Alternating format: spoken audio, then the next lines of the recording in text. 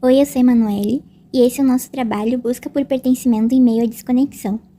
Bom, eu fiz essa escolha do trabalho em primeiro lugar por causa das minhas próprias buscas e questões que eu já venho estudando na parte da psicologia sobre traumas, aceitação, autoconhecimento, mas eu tenho algumas dúvidas temporárias que eu pensei que seriam boas questões para serem pesquisadas no trabalho e mais tarde a colega Gabriele se juntou, então a gente pôde fazer essa pesquisa em conjunto e compartilhar um pouco do que a gente foi encontrando sobre o assunto.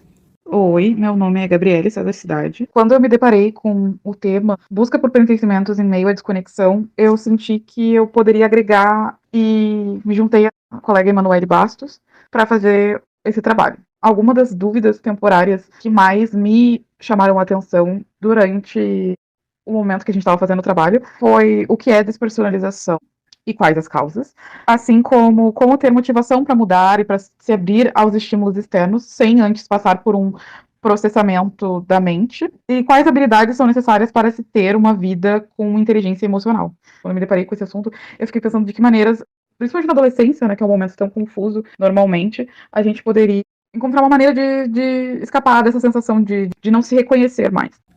A adolescência é frequentemente vista como uma fase de busca intensa por identidade e pertencimento. Mas por que isso acontece? De acordo com Erik Erikson, a adolescência é um período crucial para a formação da identidade. Erikson foi um psicanalista alemão-americano que é mais conhecido pela sua teoria do desenvolvimento psicossocial. Ele acredita que durante essa fase, os jovens passam por uma crise de identidade, que é mais pronunciada na adolescência, mas que também pode ocorrer em outros momentos da vida, como ao casar-se, tornar-se pai ou mãe ou mudar de trabalho. Essa crise está relacionada à maneira como os jovens veem a si mesmos e ao mundo ao seu redor, e como desejam ser reconhecidos pela sociedade. A origem dessa busca por identidade e pertencimento tem raízes profundas que remontam à infância. Desde cedo, as crianças começam a formar uma imagem de si mesmas com base nas interações e reconhecimento que recebem dos pais e da comunidade. Porém, é na adolescência que essa busca se intensifica. Erikson descreve a adolescência como uma moratória psicossocial, um período em que os jovens têm a liberdade de experimentar diferentes papéis, experiências e identidades antes de se comprometerem com escolhas que definirão seu futuro. É uma espécie de pausa no desenvolvimento, onde o adolescente tem a liberdade de experimentar sem enfrentar as consequências a longo prazo. Quais as consequências da falha na formação de identidade? A falta de uma identidade clara pode levar a um estado de confusão de identidade, onde o adolescente se sente perdido e incerto sobre seu lugar no mundo. Quando isso acontece, ele ou ela pode enfrentar uma série de problemas psicológicos, como baixa autoestima, falta de direção na vida e até mesmo o desenvolvimento de transtornos mentais, como depressão e ansiedade. O que é despersonalização e quais são as causas? Eu achei interessante trazer um videozinho, tem um vídeo do YouTube no trabalho, que é interessante porque tem uma profissional falando sobre isso, mas o que é despersonalização é uma sensação subjetiva de estranheza ou autoestranheza. É como se a pessoa não se reconhecesse mais. Ela não consegue ter conexão com seus próprios sentimentos, com seus próprios pensamentos, e ela até consegue chegar ao momento onde ela não se reconhece fisicamente. Uma das causas, das principais causas disso, é um nível elevado da ansiedade. Essa sensação pode ser desencadeada por alguns traumas, estresse pós-traumático, outros eventos que causem uma grande quantidade de ansiedade. E daí, ao invés dessa ansiedade se manifestar como forma de ataques de pânico, etc., ela acaba se manifestando com uma despersonalização. Pessoalmente, eu não consegui encontrar uma fonte que falasse especificamente da despersonalização na adolescência, mas eu acho que é um momento onde todo adolescente, toda criança que passa a fase da adolescência se permite ter muitas dúvidas sobre si mesmo, está vulnerável a certas coisas, porque é um momento muito confuso, muito intenso para todos, a passagem da infância para a adolescência. É um momento que a gente pode acabar se perdendo até dentro de nós mesmos e não nos reconhecendo. Sentirmos como se não fôssemos nós quando a gente olha no espelho, ou quando vem um pensamento, ou como se estivesse num piloto automático, onde outra pessoa estivesse respondendo por ti, porque tu não sente mais que tu é tu mesma. Despersonalização também pode afetar a maneira como o amor é percebido e manifestado. Quero dizer, uma pessoa que não se sente bem consigo mesma, não se sente ela mesma, né? Não é nem só não se sente bem, é tu não se sente tu mesma. Às vezes pode encontrar dificuldades na manifestação do amor e de como se percebe esse amor, às vezes tu não entende que a pessoa ame tu porque não é tu ali, sabe? Não é aquela versão que tu manifesta pro mundo, mas não quem tu é de verdade. Porque naquele momento tu não sente como se a versão que ela tá vendo seja tu. É acreditado que que a despersonalização seja um mecanismo de defesa do corpo e é uma forma do corpo desligar da realidade para lidar com um período de trauma ou ansiedade extrema. Tem até um exemplo aqui. Sarah, por exemplo, experimentou seu primeiro episódio de distúrbio enquanto estava sob o estresse das provas finais da universidade. Além disso, ataques de pânico podem ser associados ao transtorno, como Sarah sofria de ataques de pânico durante os surtos de personalização. Acredita-se que o problema seja justamente uma espécie de mecanismo de defesa. O próprio entendimento psicológico naquele momento de que por algum estresse grande, uma carga de ansiedade muito grande, tu acaba, o adolescente ou a pessoa, né, em geral, acaba criando essa outra personalidade ou tendo essa outra personalidade e se despersonalizando, sendo mais ela mesma, porque aquela pessoa que ela estava sendo extremamente radiada com ondas de ansiedade, de estresse e de trauma. O que é hiperreflexividade e quais as causas? A hiperreflexividade é uma forma exagerada de autoconsciência. Enquanto ser consciente de si mesmo é geralmente uma coisa boa, ser demasiadamente consciente pode complicar a vida. É como se você estivesse sempre sob um microscópio, analisando cada detalhe sobre si mesmo. A reflexividade é uma característica humana que nos ajuda a entender a nós mesmos e ao mundo ao nosso redor, mas quando ela se torna excessiva, pode levar a problemas mentais e emocionais. Quais as causas? A hiperreflexividade não é a raiz dos problemas mentais, mas pode transformar problemas comuns da vida, como conflitos e perdas, em transtornos mentais. É como se você pegasse um problema e o ampliasse, tornando muito pior do que realmente é. Autoconsciência privada e pública. A autoconsciência pode ser dividida em dois tipos, privada e pública. A privada é quando você está focado em seus próprios pensamentos e sentimentos. A pública é quando você está preocupado com o que os outros pensam de você. Ambas podem contribuir para a hiperreflexividade. A autoobjetivação.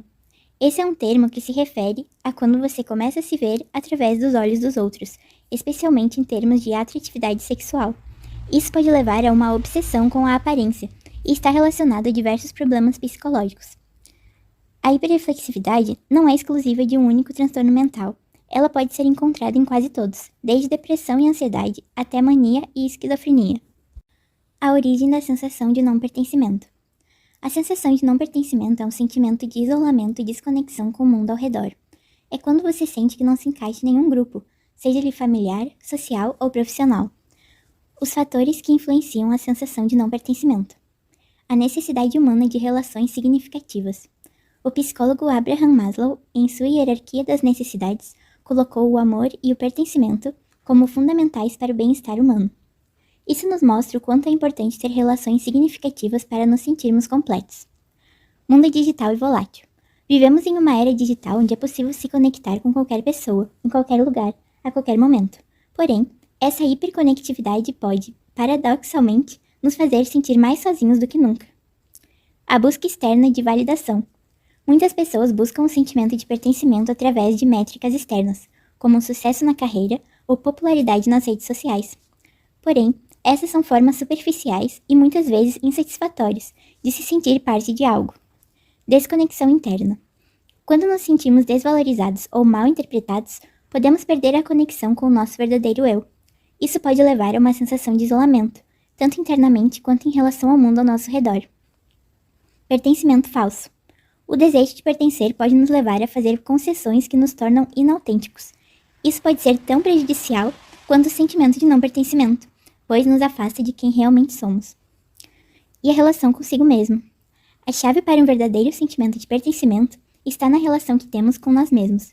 Quando nos conhecemos e nos aceitamos, somos mais capazes de formar relações autênticas e significativas com os outros. Aceitação de si mesmo e resiliência na adolescência. Reconhecimento e aceitação das emoções. Só quem já chorou em silêncio sabe o quanto dói guardar tudo dentro. Guardar sentimentos e emoções pode ser muito prejudicial a longo prazo e pode levar a problemas de saúde mental. Ressignificar emoções passadas. Lembrar das minhas emoções do passado para conseguir ressignificar e não ser tão influenciados por elas é essencial. É preciso refletir sobre emoções passadas e aprender com elas, para que o adolescente não seja excessivamente influenciado por elas no presente. Evitar repressão. A ideia de que a pessoa forte é aquela que reprime está muito equivocada. Na verdade, a verdadeira força vem de enfrentar e processar essas emoções. Desmistificando essa noção errada, podemos entender que a verdadeira força emocional vem de enfrentar nossas emoções e não de reprimi-las. Aceitar todas as emoções. Todo sentimento é válido. É essencial aceitar e entender todas as nossas emoções, sejam elas positivas ou negativas. Isso é fundamental para o desenvolvimento emocional saudável e para a construção de uma identidade emocional que seja equilibrada. Evitar comportamentos disfuncionais. Comportamentos inesperados são explicados pela atualização das emoções que não foram superadas. Emoções reprimidas podem levar a comportamentos disfuncionais. Ao lidar com nossas emoções, os adolescentes podem evitar reações desproporcionais e comportamentos inesperados. Buscar autoconhecimento. A terapia é uma ferramenta valiosa para ajudar os adolescentes a entenderem e a processarem as suas emoções. Isso pode levar a uma maior aceitação de si mesmos e a um desenvolvimento emocional mais saudável. Ressignificar experiências negativas. Precisamos nos permitir sentir e viver cada emoção, ressignificando cada uma delas. Em vez de fugir de experiências negativas, os adolescentes devem ser incentivados a enfrentá-las e aprender com elas. Isso pode levar a um maior crescimento pessoal e resiliência emocional. Desenvolver resiliência. A resiliência pode ser desenvolvida ao enfrentar desafios e aprender com eles, ao invés de evitá-los. Ao aceitar e processar nossas emoções, os adolescentes podem se tornar mais resilientes frente às dificuldades, os preparando para os desafios da vida adulta. Desenvolvendo um ego verdadeiro à essência. A mente humana é um território em constante conflito entre a busca do prazer e mecanismos inibitórios. Para desenvolver um ego verdadeiro, precisamos compreender as dinâmicas entre o id, o ego e o superego, conforme proposto por Freud. Reconhecendo o id. O id é a parte mais primitiva da nossa psique, responsável pelos nossos desejos e impulsos mais básicos. Para desenvolver um ego saudável, precisamos reconhecer esses impulsos, mas não permitir que eles nos controlem completamente. Fortalecendo o ego. O ego serve como um mediador entre o id e o mundo externo. Ele pondera os custos e benefícios de agir de acordo com os desejos do id. Fortalecer o ego significa aprimorar essa habilidade de mediação, para que as nossas ações sejam baseadas na realidade e não apenas em impulsos. Compreendendo o superego. O superego é a nossa consciência moral, formada por regras e valores sociais e familiares. Para alinhar o ego à verdadeira essência, é importante questionar essas normas e identificar quais realmente ressoam conosco e quais foram impostas externamente, e muito provavelmente pelos nossos pais e familiares na nossa infância. Revisitando a infância. Muitas das nossas repressões e limitações têm origem na infância. Revisitar esses momentos, muito provavelmente com a ajuda da terapia, pode ser crucial para entender e processar traumas e repressões que ainda nos afetam no dia de hoje. Buscando o equilíbrio. O desenvolvimento de um ego verdadeiro requer um equilíbrio saudável entre o id, o ego e o superego. Não significa reprimir um em favor do outro, mas encontrar uma harmonia entre os três. Autoconhecimento e reflexão contínua. O processo de desenvolver um ego verdadeiro é contínuo e requer autoconhecimento e reflexão. Em muitos casos, a orientação profissional pode ser muito útil. Através da introspecção e do entendimento, podemos alinhar o nosso ego com a nossa verdadeira essência. E depois a gente passa para uma outra pergunta aqui também.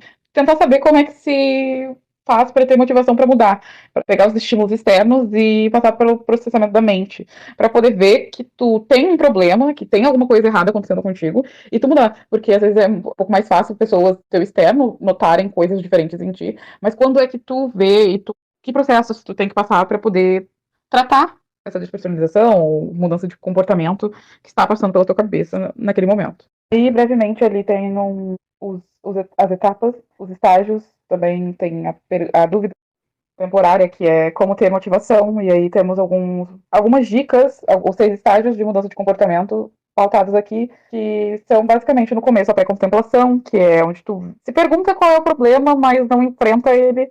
A contemplação, que é finalmente o momento onde tu olha para ti mesmo, vivendo um momento que não está sendo saudável mentalmente e diz, talvez haja um problema.